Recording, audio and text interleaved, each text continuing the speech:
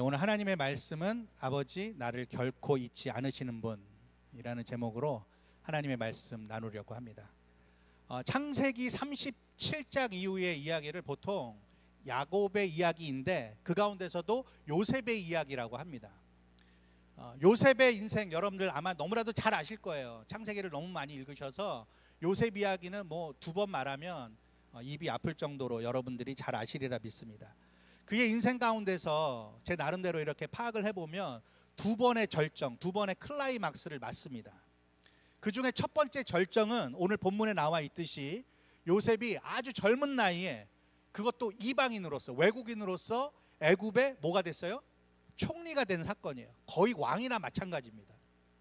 37장에서 41장까지 이 요셉 이야기의 첫 번째 절정을 향해서 가는 동안에 아주 재미있는 현상이 나옵니다. 37장에서 41장까지를 여러분 잘 보시면은 아마 기억나실 거예요. 이 이야기 안에 2개씩 세부 꿈에 무슨 이야기가 나올까요? 꿈 이야기가 나옵니다. 꿈 이야기. 2번 이렇게 세 묶음이 있습니다.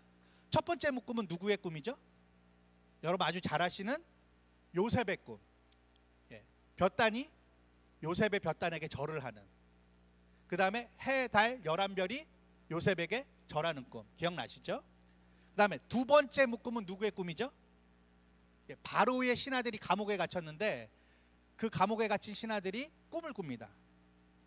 각각 두 사람의 꿈의 내용이 비슷한 것 같지만 결과적으로는 다른 꿈이었어요. 한 사람은 살게 되고 한 사람은 죽게 되는 그런 예언을 하는 꿈이었습니다.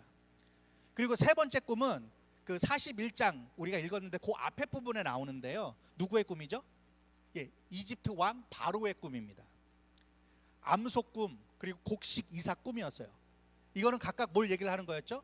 풍년과 흉년을 예고하는 꿈이었어요. 그래서 오늘 아까 읽은 본문에 풍년에 대한 이야기, 흉년에 대한 이야기가 그래서 나오는 거예요. 여러분, 하나님이 사람들에게 꿈을 보여주십니다. 특별히 성경에 많은 꿈의 이야기가 나와요. 성경에 의하면 이 꿈들은 모두 하나님께서 보이시는 것입니다. 그리고 하나님이 자신이 하실 일들을 나타내시는 꿈이었어요. 그래서 하나님께서 하시고자 하는 일들을 사람들에게 미리 알려주시기 위해서 이 꿈이라는 방법, 수단을 사용하시기도 했습니다. 그런데 하나님을 믿지 않는 바로도 그런 하나님의 계획 가운데 있는 것들을 꿈꿨다는 사실이 여러분 참 신기하지 않으세요? 그리고 요셉이 다른 사람들의 꿈을 아주 잘 해몽해 주는 장면도 저는 너무 신기한 것 같아요. 인생을 너무 많이 살아오지도 않았는데 그 꿈을 그렇게 해석한다는 것도 참 신기합니다. 또 그 꿈들을 하나님의 섭리를 나타내는 것으로 확신했던 이 요셉이 참 놀랍습니다. 여러분 우리가 평소에도 꿈을 꾸죠. 근데 모든 꿈들에 대해서 다 이런 식으로 생각할 수는 없어요. 우리가 꾸는 꿈이 뭐 개꿈도 있고 뭐 똥꿈도 있고 별의별 꿈이 다 있잖아요. 그러니까 모든 것을 하나님이 우리들에게 계시하는 것으로 생각할 수는 없지만 하지만 이 세상 가운데 벌어지고 있는 일들에 대해서 우리가 그 내용들을 살펴봤을 때에 무언가 하나님의 뜻이 지금도 운행하고 있구나. 하나님의 뜻이 분명히 있구나. 이런 일들을 통해서 하나님께서 원하시는 계획들을 이루어가실 거야 라고 생각을 하면서 우리의 시선을 하나님께 두는 것은 참 중요한 것 같아요. 왜 그렇죠? 하나님은 창조주이시고 이 세상의 역사를 처음부터 지금까지 앞으로도 끝날 때까지 주관하시는 분이시기 때문에 그렇습니다. 그래서 이 사실 앞에서 우리들은 겸손해져야 돼요. 요즘 세상의 소식들을 들어보면 전쟁의 소식 그리고 경제적으로 힘든 소식들 많이 우리에게 들려옵니다. 저도 그런 소식을 들을 때마다 가끔씩은 두려운 마음과 불안한 마음이 있어요. 여러분들은 어떠세요? 하지만 제가 마음의 눈을 하나님께로 돌려요. 그렇게 하려고 애를 써요. 왜냐하면 인간의 뜻과 인간의 역사 위에 결국에는 뭐가 이루어질 거예요? 하나님의 뜻이 이루어지고 하나님의 역사가 이루어질 거기 때문에 그것을 주관하시는 하나님을 바라보는 것, 그 하나님을 신뢰하는 것이 우리가 하나님의 백성으로서 가져야 할 아주 중요한 태도라고 생각합니다. 이건 비단 어떤 나라의 역사나 세계사에만 해당되는 것이 아니에요. 우리가 살고 있는 이 실리콘밸리 지역, 사회, 그리고 우리 더웨이 교회, 그리고 심지어는 여러분 한 사람 한 사람, 아무것도 모를 것 같은 여러분들의 자녀 한 사람 한 사람, 그 모든 것들 가운데 하나님께서는 세밀하게 하나님의 뜻을 이루고 계신 줄 믿습니다. 우린 그걸 믿어야 돼요. 아무튼 요셉은 이 바로의 두 가지 꿈을 듣고서 확실히 찬 목소리로 아주 간결하게 해석을 해냅니다. 하나님께서 주신 지혜가 있었을 거예요. 자, 요셉은 바로에게 뭐라고 얘기를 하죠? 온 애굽 땅에 7년 풍년이 먼저 찾아오고 나중에 7년 흉년이 들 것이다 라고 그 꿈을 해석을 해줍니다. 그러면서 요셉이 바로에게 하는 말이 창세기 41장 32절에 이 일을 누가 정했다고요? 하나님께서 정하셨다고 확인을 해줘요. 그리고 하나님께서 이 일들을 속히 행하실 것이다 라고 말을 해줍니다. 그러면서 요셉은 바로에게 곧바로 그 꿈의 해몽과 더불어서 대처 방안을 알려주고 있습니다. 여러분, 사실 어떻게 보면 꿈에 대한 해석보다는 대처 방안을 주는 것이 더 중요한 것이 아닌가 싶어요. 해석을 잘하면 뭐합니까? 대처 방안이 없다면 아무 소용이 없는 것이죠. 그런데 요셉이 주는 대처 방안이라는 게 여러분 오늘 본문을 잘 들여다보시면은 조금 어처구니가 없어요. 제 입장에선 그래요. 여러분 다시 한번 읽어볼까요? 33절에서 36절 우리 4절을 같이 한번 읽어보겠습니다. 시작. 이제 바로께서는 명철하고 지혜 있는 사람을 택하여 애굽 땅을 다스리게 하시고 바로께서는 또 이같이 행하사 나라 안에 감독관들을 두어 그 7해 풍년에 애굽 땅의 5분의 1을 거두되 그들로 장차올 풍년의 모든 곡물을 거두고 그 곡물을 바로의 손에 돌려 양식을 위하여 각 성읍에 쌓아두게 하소서. 이와 같이 그 곡물을 이 땅에 저장하여 애굽 땅에 임할 7해 흉년에 대비하시면 땅이 이 흉년으로 말미암아 망하지 아니하리이다. 자, 요셉이 딱 두 가지 얘기를 하는 거죠. 첫 번째 뭐예요? 지혜로운 사람을 뽑아서 애굽을 통치하게 하십시오. 그 다음에 두 번째 뭡니까? 여러 관리를 그 밑에 둬가지고 풍년 동안의 곡식을 저장해서 흉년을 대비하십시오. 그러면 안 망할 것입니다. 이 얘기했던 거예요. 여러분, 대처 방안 치고는 너무 단순하지 않나요? 너무 평범하지 않나요? 중학생 정도면, 뭐 초등학교 고학년 정도면은 말할 수 있는 대안이에요. 그런데 이 말을 듣고서요, 바로와 모든 신하들이 좋다고 난리가 났습니다. 어느 누구 하나, 야, 뭐 이거 당연한 얘기 아니야? 그걸 누가 몰라? 이렇게 따지질 않았어요. 게다가 자칫 잘못하면 이거 오해를 살 수 있는 조언이잖아요. 엥? 나 말고 다른 통치자를 세우라고? 바로가 오해할 수 있잖아요. 그런데 오히려 바로가 신하들에게 38절에 뭐라고 얘기를 해요? 하나님의 영에 감동된 이 사람을 우리가 언제 또 만날 수 있겠느냐 이렇게 말하면서 39절에 요셉에게 뭐라고 얘기를 합니까? 바로가 요셉아, 너같이 지혜로운 사람이 없다. 그러면서 선뜻 바로가 결정을 내립니다. 40절에 야, 우리 그냥 내 꿈 잘 해석해주고 게다가 이렇게 좋은 대처 방안까지 내놓은 요셉에게 나라 맡기자. 그리고 요셉한테 야, 네가 이 나라를 다스려줘. 이렇게 이야기를 합니다. 여러분, 지금 애굽이라는 거대한 제국, 이 제국의 왕이 신하들 앞에서 어찌 보면 매우 즉흥적인 결정을 내리는 것 같지 않으세요? 아니, 회의 한번 해보자, 좀 생각 좀 해보자, 심사숙고해보자, 이래야 맞지 않습니다? 맞지 않습니까? 근데 그런 게 없어요. 지금 그렇게 요셉은 졸지에 이방 나라의 총리가 됩니다. 말이 총리지 실제로는 왕이에요. 40절에 바로가 그렇게 이야기를 하고 있어요. 요셉이 갑작스럽게 감옥의 죄수 신문에서 풀려나서 갑자기 급기야 왕 같은 존재가 된 것입니다. 여러분, 이게 상식적으로 가능합니까? 여러분, 세상 일이라는 게 참 일이 되려면요, 이렇게 일사천리로 되는 경우가 간혹 있습니다. 여러분들 이렇게 요셉처럼 그 인생 한 방에 역전해 보고 싶으세요? 가만히 제가 생각을 해보니까 좀 부럽더라고요. 이건 뭐 복권 맞은 정도가 아닙니다. 천지가 개벽을 한 거죠. 그런데 이 요셉이 이렇게 인생이 잘 풀린 이유가 도대체 뭘까? 누구에게 공이 있을까? 요셉이 잘나서인가요? 바로가 그를 잘 봤기 때문인가요? 여러분, 창세기 37장부터 요셉의 이야기를 잘 읽어보시면은 요셉은 사실 잊혀진 존재예요. 잊혀진 존재. 언뜻 보면 잘난 것 같기도 한데 현실은 그렇지가 않았습니다. 계속해서 사람들에게 잊혀져요. 몇 가지 증거를 보여드릴게요. 어렸을 때 채색 옷을 입고 다녔습니다. 신기한 꿈들을 꿨어요. 근데 어떻게 되죠?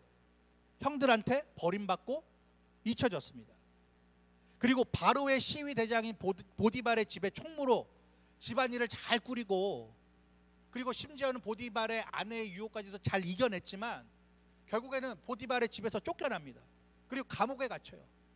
그리고 보디발에게서부터도 잊혀집니다. 그리고 감옥에 들어갔어요. 바로의 술 맡은 관원장의 좋은 꿈을 해석해줬고, 그 꿈대로 되면은 은혜를 베풀어 달라고 요셉이 사정까지 했어요. 근데 어떻게 됩니까? 술 맡은 관원장으로부터 요셉이 기억된 바가 없어요. 잊혀졌습니다. 요셉은 그렇게 반복적으로 버림받았어요. 잊혀진 존재가 됐습니다. 여러분, 남의 일이라고 생각하니까 여러분이 아무 표정이 없는데, 내 일이라고 생각하면은 이거 되게 억울한 일입니다. 화가 나는 일이에요. 다른 사람에게로부터 버려진 상황, 나는 잘했는데 그 사람에게로부터 은혜는커녕 오히려 버림받는 그 상황. 여러분, 이거 이겨낸다는 거 보통 일이 아니었을 겁니다. 내가 은혜를 베풀어 줬는데 그 은혜를 받은 사람이 나를 잊는다? 여러분, 복수심을 일으킬 만한 일입니다.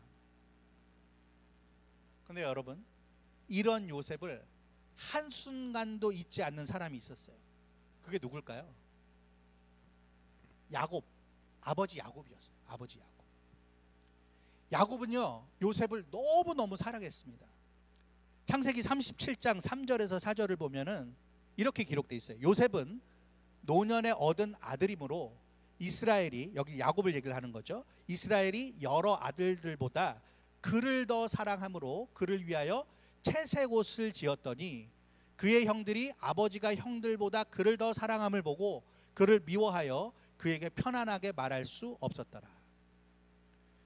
요셉은요, 아버지 야곱이 제일 사랑했던 아내 누구예요? 라헬, 레이첼. 라헬로부터 노년에 얻은 첫 아들이었기 때문에 아버지 야곱은 이 요셉을 더 사랑할 수밖에 없었어요. 자, 그리고 창세기 37장 11절. 그의 형들은 시기하되 그의 아버지는 그 말을 간직해 두었더라. 이게 무슨 말이죠? 요셉이 꿈을 꿨어요. 그래서 그 꿈을 아버지하고 형제들에게 얘기를 했죠.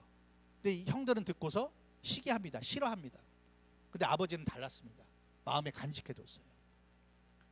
자, 창세기 37장 34절 35절. 자기 옷을 찢고 굵은 배로 허리를 묶고 오래도록 그의 아들을 위하여 애통하니 그의 모든 자녀가 위로하되 그가 그 위로를 받지 아니하여 이르되 내가 슬퍼하며 스올로 내려가 아들에게로 가리라 하고 그의 아버지가 그를 위하여 울었더라. 이 앞에 무슨 장면이 있었죠?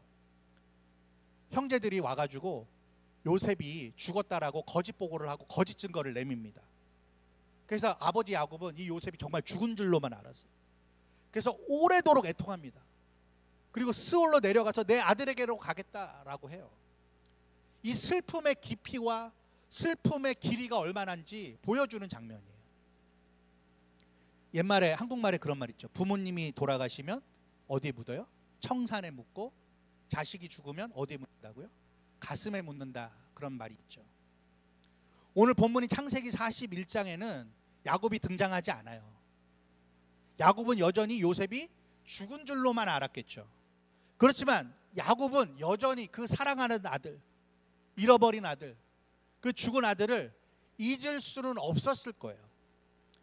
비록 요셉의 형제들도, 그리고 보디발도, 술 맡은 관원장도 요셉을 다 잊어버렸어도 누구만큼은요? 아버지 야곱만큼은 요셉을 절대로 잊지 못하죠. 왜요? 아버지니까. 그런데 문제가 있습니다. 이 아버지 야곱이 아버지라는 이름을 가졌지만 뚜렷한 한계가 있을 수밖에 없었어요. 야곱이 그 아들을 위해서 할 수 있는 일이 있습니까? 없습니까? 없어요. 해줄 수 있는 게 아무것도 없었습니다. 그냥 가슴앓이 하는 게 전부였습니다.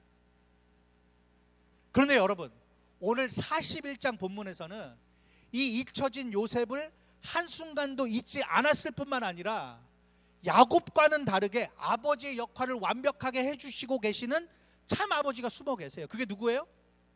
예, 하나님 아버지십니다. 하나님 아버지. 요셉에게 바로가 꾼 꿈의 의미와 대처 방안을 알게 하신 이가 누구예요? 요셉이 스스로 안 게 아니에요. 하나님 아버지께서 지혜를 통하여서 그 꿈을 알게 하셨고 대처 방안을 주신 것은 하나님이십니다.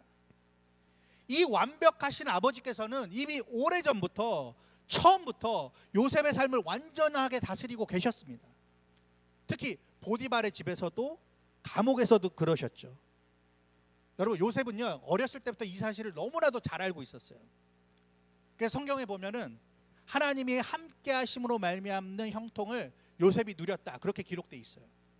그래서 그 하나님을 바라봤기 때문에 보디발의 아내 유혹도 요셉이 물리칠 수 있었고 감옥에서도 희망을 잃지 않을 수가 있었던 거예요. 하나님이 요셉과 함께 계셨기 때문에. 요셉의 마음속에는 어떤 마음이 있었을까요? 성경에 기록된 건 아니지만 분명히 이런 마음이 있었을 거예요. 그래, 사람들은 나를 버리고 잊어버려도 하나님은 나를 절대 잊지 않으실 거야. 그 믿음이 있었을 거예요. 하나님 아버지께서 요셉에게 주신 은혜예요. 그 은혜에 대한 믿음과 반응이, 아 그래, 하나님은 나를 잊지 않으실 거야.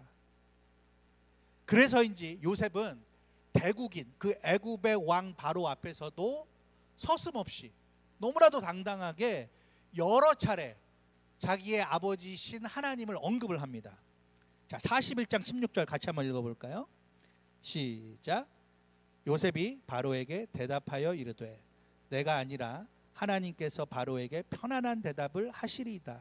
자, 하나님 얘기를 하죠. 이방 왕에게, 우상을 섬기는 왕에게 하나님 얘기를 합니다. 자, 41장 25절 시작. 요셉이 바로에게 아뢰되 바로의 꿈은 하나라. 하나님이 그가 하실 일을 바로에게 보이심이니이다. 하나님 얘기를 또 하고 있습니다. 자, 그리고 32절 시작. 바로께서 꿈을 2번 겹쳐 꾸신 것은 하나님이 이 일을 정하셨음이라 하나님이 속히 행하시리니. 지금 하나님을 계속해서 언급하고 있어요. 하나님에 대한 확신 없이 어떻게 이럴 수 있겠습니까? 그래서 이러한 요셉이 하나님을 예쁘셨나 봐요. 이러한 요셉에게 하나님께서도 당신의 마음을 간접적으로 표현을 하고 계세요. 그게 오늘 본문에 나와 있습니다. 자, 41장 42절 43절 우리 같이 읽어볼까요? 시작. 자기의 인장 반지를 빼어 요셉의 손에 끼우고 그에게 세마포 옷을 입히고 금 사슬을 목에 걸고 자기에게 있는 버금 수레에 그를 태우매 무리가 그의 앞에서 소리 지르기를 엎드리라 하더라. 바로가 그에게 애굽 전국을 총리로 다스리게 하였더라. 지금 인장 반지 누구 반지예요? 애굽 왕 바로의 반지예요. 그걸 빼서 요셉의 손에 끼웠습니다. 애굽의 총리가 되었을 때 바로로부터 그 인장 반지뿐만 아니라 세마포 옷을 받았어요. 세마포 옷은 임금들만 입는 옷이었습니다. 그리고 인장 반지는 무슨 반지예요? 무슨 의미예요? 국세 같은 거예요. 모든 결정을 허락할 수 있고 서명할 수 있는 것입니다. 여러분, 이 장면에서 여러분 생각나는 거 혹시 없으세요? 이 장면에서 누가복음 15장 22절 생각나지 않으세요? 한번 읽어볼까요? 시작. 아버지는 종들에게 이르되 제일 좋은 옷을 내어다가 입히고 손에 가락지를 끼우고 발에 신을 신기라. 돌아온 탕자, 예수님의 비유죠. 그 둘째 아들이 아버지께로 돌아왔을 때 아버지가 그 아들에게 줬던 게 뭐예요? 제일 좋은 옷, 왕 같은 옷, 또 가락지, 그리고 신. 또 바로는요, 자기 소유의 버금 수레, 그 버금이라는 말은 두 번째로 좋다는 뜻 아니에요. 그러니까 바로가 제일 좋은 거 탔겠죠. 근데 두 번째로 좋은 차를 내어준 거예요. 거기에 태워서 온 백성들 앞에서 요셉을 총리 삼았음을 공포합니다. 퍼레이드를 하는 겁니다. 이거 역시 뭐가 생각나요? 누가복음 15장 23절. 자, 한번 읽어볼까요? 시작. 그리고 살찐 송아지를 끌어다가 잡으라. 우리가 먹고 즐기자. 24절. 이 내 아들은 죽었다가 다시 살아났으며 내가 잃었다가 다시 얻었노라 하니 그들이 즐거워하더라. 탕자, 둘째 아들이 돌아왔을 때에 아버지가 잔치를 베풀어 주잖아요.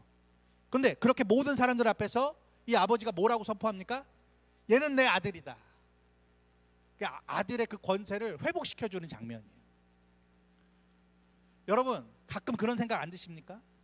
이제 내가 사람들로부터 잊혀진 존재가 됐나? 그런 생각 때문에 허탈하고 서러운 적 없으세요? 하지만 여러분들의 부모님들은요, 자식인 여러분들을 결코 잊지 않으시죠. 하지만 여러분, 그것도 부모님이 돌아가시면 자식인 우리는 결국 잊혀진 존재가 되는 것 아니겠습니까? 근데 여러분, 하나님은, 우리의 하나님 아버지는 자녀로 삼은 여러분을 결코 잊지 않으시는데, 언제까지요? 영원토록 잊지 않으시는 줄 믿고 의지하시길 바랍니다. 게다가 우리는 가끔이 아니죠, 저조차도 자주 하나님을 잊고 사는 것 같아요. 근데 하나님은요, 절대로 여러분들을 잊지 않으시는 아버지이십니다. 잊지 않으실 정도가 아니라 잊지 못하세요, 절대로. 왜죠? 하나님이 여러분들을 아들, 딸 삼으시려고 누구까지 희생하셨어요? 하나밖에 없는 독생자 예수 그리스도를 내버리시고 희생시키셨잖아요. 그렇게까지 해서 여러분들을 아들, 딸 삼으셨는데 하나님이 여러분들을 어떻게 잊습니까? 나는 잊혀진 존재야, 누구도 나를 알아주지 않아. 혹시 그런 생각 때문에 힘드신 분들이 있다면 여러분, 하나님께서 여러분들을 잊지 않으심에 힘을 내시길 바랍니다. 그리고 여러분, 이 사실을 꼭 잊지 말고 사셔야 돼요. 남들에게 잊혀졌다고 서러워하지 마세요. 육신의 부모님이 더 이상 안 계셔서 이제 나를 생각해 주는 사람이 이제 없구나라는 생각이 들 때, 여러분, 하늘에 계시는, 우리를 늘 지켜보시는 아버지를, 그 하나님 아버지를 생각하시길 바랍니다. 우리 성경 한 군데 같이 한번 읽어볼까요? 로마서 8장 31절에서 39절 새 번역으로 함께 읽어보도록 하겠습니다. 새 번역이 읽어보니까는 마음에 조금 더 와닿는 것 같습니다. 같이 한번 우리 천천히 큰 소리를 읽어보겠습니다. 시작. 그렇다면 이런 일을 두고 우리가 무엇이라고 말할 수 있겠습니까? 하나님이 우리 편이시면 누가 우리를 대적하겠습니까? 자기 아들을 아끼지 않으시고 우리 모두를 위하여 내주신 분이 어찌 그 아들과 함께 모든 것을 우리에게 선물로 거저 주지 않으시겠습니까? 하나님께서 택하신 사람들을 누가 감히 고발하겠습니까? 의롭다 하시는 분이 하나님이신데 누가 감히 그들을 정죄하겠습니까? 그리스도 예수는 죽으셨지만 오히려 살아나셔서 하나님의 오른쪽에 계시며 우리를 위하여 대신 간구하여 주십니다. 누가 우리를 그리스도의 사랑에서 끊을 수 있겠습니까? 환난입니까? 곤고입니까? 박해입니까? 굶주림입니까? 헐벗음입니까? 위협입니까? 또는 칼입니까? 성경에 기록된 바 우리는 종일 주님을 위하여 죽임을 당합니다. 우리는 도살을 당할 양과 같이 여김을 받았습니다 한 것과 같습니다. 그러나 우리는 이 모든 일에서 우리를 사랑하여 주신 그분을 힘입어서 이기고도 남습니다. 나는 확신합니다. 죽음도 삶도 천사들도 권세자들도 현재일도 장래일도 능력도 높음도 깊음도 그 밖에 어떤 피조물도 우리를 우리 주 예수 그리스도 안에 있는 하나님의 사랑에서 끊을 수 없습니다. 할렐루야. 아멘. 사랑하는 우리 성도 여러분, 여러분들이 지금까지 느꼈던 못 느꼈던, 그리고 많이 알던 적게 알던, 여러분들이 이 사랑을 받아오신 거예요. 우리가 하나님을 믿는다는 것은 우리가 이 사랑 안에 안전하다는 거예요. 우리 아까 내 영혼은 안전합니다라는 노래를 고백했는데, 우리는요 주 안에서, 아버지 안에서 항상 안전할 수밖에 없어요. 비록 때때로 우리가 흔들릴 때가 있죠. 외부로부터 우리에게 도전이 올 때가 있죠. 그러나 하나님께서는 여러분들을 눈동자와 같이 지키시는 줄 믿으셔야 돼요. 그리고 앞으로도 계속 영원토록 여러분들을 이 사랑 가운데 두실 겁니다. 이 사랑을 누리게 하실 거예요. 여러분 한 사람 한 사람을 결코 잊지 않으시는 그 하나님 아버지의 사랑 가운데 있으심을 여러분 한순간도 잊지 마시길 바라요. 특별히 계속 반복해서 말씀드리지만, 사람들한테 무시를 당하고 사람들한테 잊혀지는 것 같아도, 막 그럴 때 억울하고 화가 나도 여러분 더 이상 괴념치 마십시오. 하늘의 하나님 아버지께서 여러분들을 위하시는데 무엇이 문제가 되겠습니까? 제 아버지는 올해 이제 78 정도가 되세요. 올 겨울이면. 예전에도 제 아버지 얘기를 한 적이 있지만 제 아버지는 유복자로 태어나셨습니다. 그러니까 아버지를 뵈놓고서 이제 할아버지가 돌아가셨어요. 그래서 저는 할아버지 얼굴을 몰라요. 사진도 없습니다. 이름만 석자 알아요. 저희 아버지는 유복자로 태어나셔서 어렸을 때 굉장히 가난하게 사셨더라고요. 그래서 공부만이 살 길이다 그렇게 생각하시고 사셨더라고요. 근데 그렇게 쭉 가시다가 20대 초반에 예수 믿는 어떤 친구를 통해서 영락교회에 나가게 되셨어요. 그래서 한경진 목사님의 설교를 들으면서 예수님을 알게 되고, 그리고 결국에는 신학 공부를 하셔서 목회자가 되셔서 40년 동안 목회하시고 은퇴를 한 7년 전에 하셨죠. 저희 아버지의 고백은 단 하나더라고요. 나한테는 하나님밖에 없었다. 하나님이 내 아버지셨다. 그 얘기를 하시는데 제가 알 수 없는 그래도 무언가 어떤 그런 감동이 울컥하는 게 올라오더라고요. 그래서 저는 아버지가 있었잖아요. 육신의 아버지가 있었잖아요. 근데 육신의 아버지를 전혀 경험하지 못했던 우리 아버지 생각해 보니까 불쌍하더라고요. 근데 저희 아버지의 고백은 내가 육신의 아버지가 없어서 참 괴로웠다. 물론 그런 마음도 있으셨겠지만 그런 마음을 한 번도 밝히신 적은 없어요. 내가 하나님이 내 아버지라서 나는 내 인생이 참 행복했다. 그렇게 이야기를 하시더라고요. 이건 비단 저희 아버지만의 고백이 아닐 거라고 생각해요. 저도 그렇고요.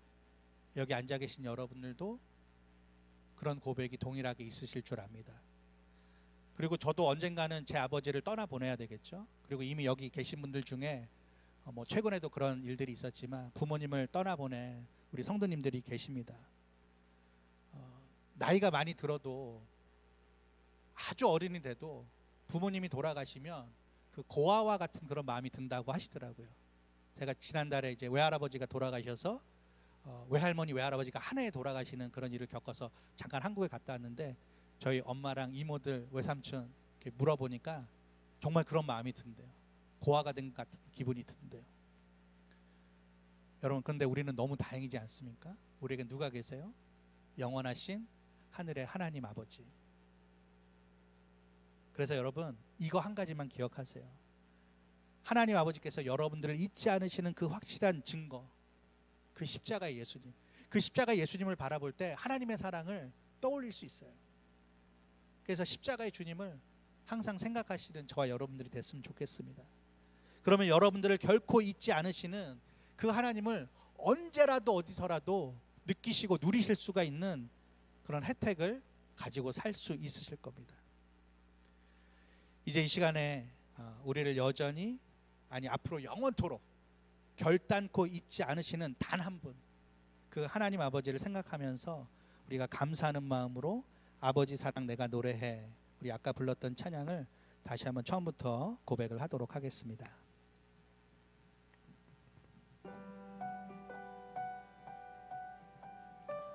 우리를 위해 하나밖에 없는 아들까지도 아끼지 아니하시고 우리를 너무나도 사랑하신다라고 표현하신 그 아버지의 사랑 함께 고백해 볼까요?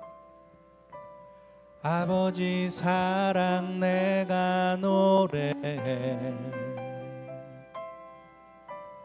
아버지 은혜 내가 노래해, 그 사랑 변함없으신 거짓 없으신 성실하신 그 사랑, 상한 갈 때 꺾지 않으시는, 꺼져가는 등불 끄지 않는 그 사랑, 변함없으신 거짓 없으신 성실하신 그 사랑,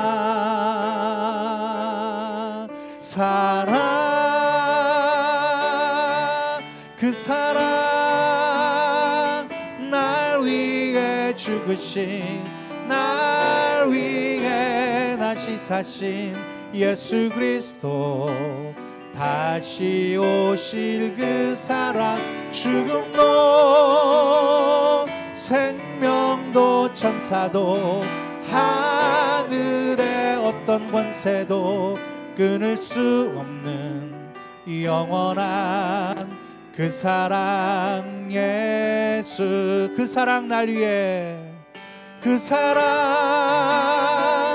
날 위해 죽으신, 날 위해 다시 사신 예수 그리스도. 다시 오실 그 사랑, 죽음도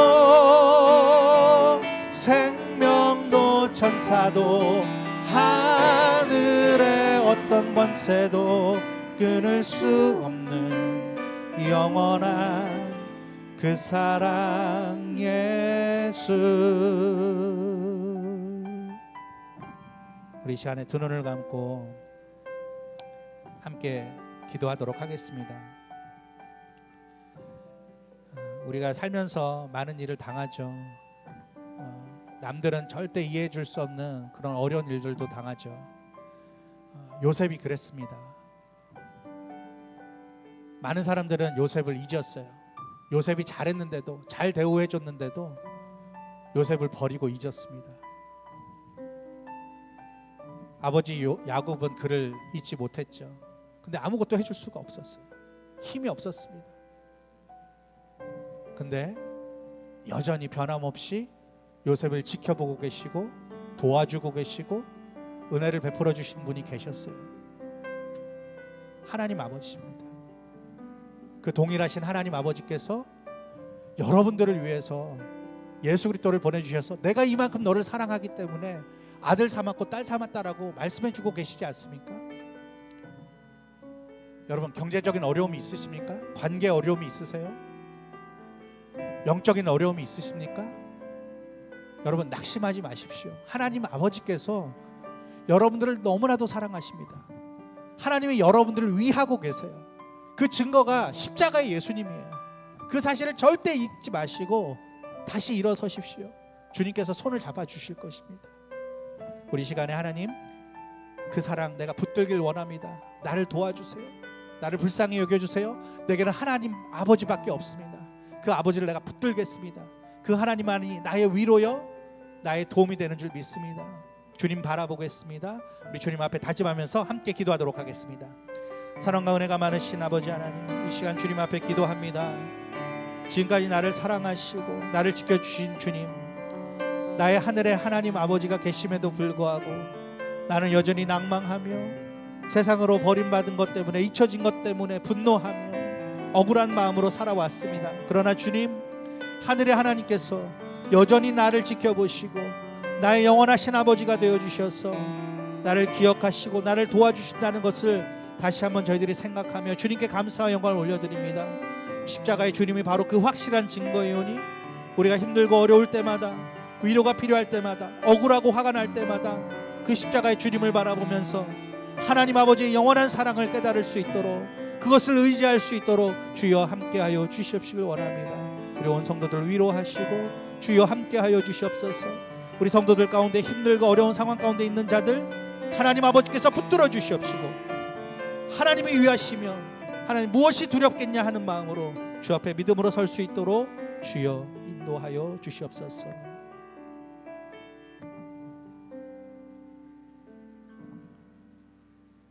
지금은 우리 구주 예수 그리스도의 은혜와 하나님의 극진하신 사랑과 성령의 교통하심이 나를 결코 잊지 않으시는 하나님 아버지를 다시금 신뢰하고 의지하는 마음으로, 감사하는 마음으로 살고자 다짐하는 주님의 백성들 머리머리 위에 주께서 피값으로 세우신 우리 더웨이 교회와 이 땅의 모든 교회들과 선교지 가운데 지금으로부터 영원까지 함께 계시기를 간절히 축원하옵나이다.